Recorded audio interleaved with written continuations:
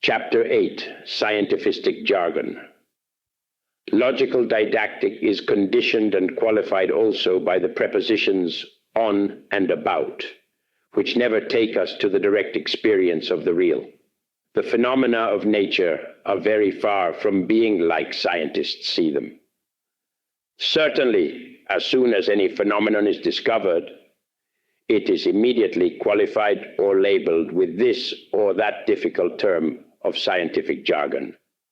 Obviously, all those extremely difficult terms of modern scientifism serve only as a patch to cover ignorance. Natural phenomena are in no way like scientists see them. Life, with all its processes and phenomena, develops from moment to moment, from instant to instant, and the scientifistic mind, in fact, kills it by stopping it in order to analyze it. Any manner is the same as reality. Any inference extracted from any natural phenomenon is in no manner equal to the concrete reality of that phenomenon. Regrettably, the scientist's mind, deluded by its own theories, firmly believes in the reality of its inferences. Not only does the hallucinated intellect only see in phenomena the reflection of its own concepts, but worse than that, it dictatorially wants to make the phenomena be exactly and absolutely equal to all those concepts carried in the intellect. The phenomenon of intellectual hallucination is fascinating. None of those stupid, ultra-modern scientists would admit the reality of their own hallucination. Certainly, in no way would the know-alls of our time admit being qualified as hallucinated. The power of self-suggestion has made them believe in the reality of all those concepts of the scientifistic jargon. Obviously, the hallucinated mind boasts of being conscious and dictatorially wants all natural processes to march in step with pedantries. As soon as a new phenomenon appears, it is classified, labeled, and put in this or that place, as though it had really been understood. Thousands of terms have been invented to label phenomena, but the pseudo-sapients know nothing about the reality of phenomena. As a vivid example of all what we are stating in this chapter, we refer to the human body. In the name of truth, we can affirm emphatically that the physical body is absolutely unknown to modern scientists. Such an affirmation could appear very insolent to the pontiffs of modern scientifism. Without doubt, we will deserve excommunication by them.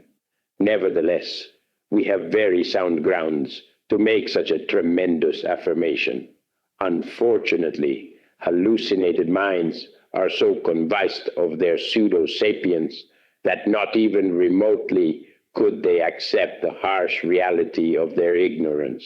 If we told the hierarchs of modern scientifism that Count Cagliostro, a very interesting personage of the 16th, 17th, and 18th centuries, is still alive in the very 20th century, if we told them that the distinguished Paracelsus, the renowned doctor of the Middle Ages, does still exist, you can be sure that the hierarchs of present scientifism would laugh at us and never accept our affirmations. However, it is so.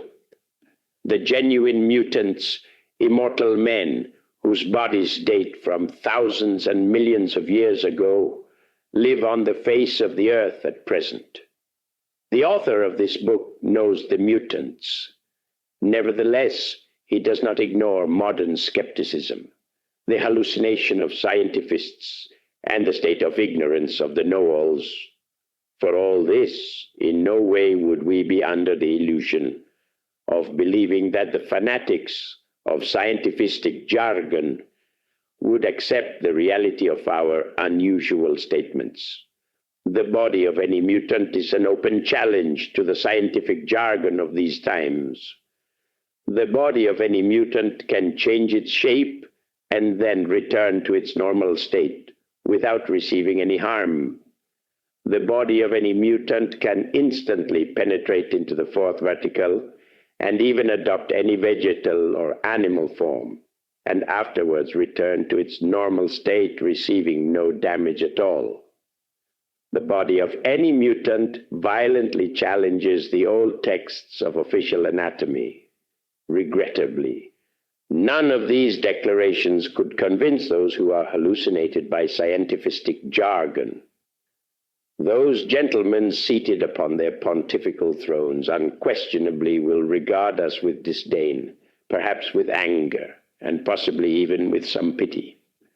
However, the truth is what it is, and the reality of mutants is an open challenge to any ultra-modern theory. The author of this book knows the mutants, but expects no one's belief. Every organ in the human body is controlled by laws and forces which are not even remotely known of by those hallucinated with scientifistic jargon. Nature's elements in themselves are unknown to official science. The best chemical formulae are incomplete. H2O, 2 atoms of hydrogen to 1 of oxygen to make water, is something empirical.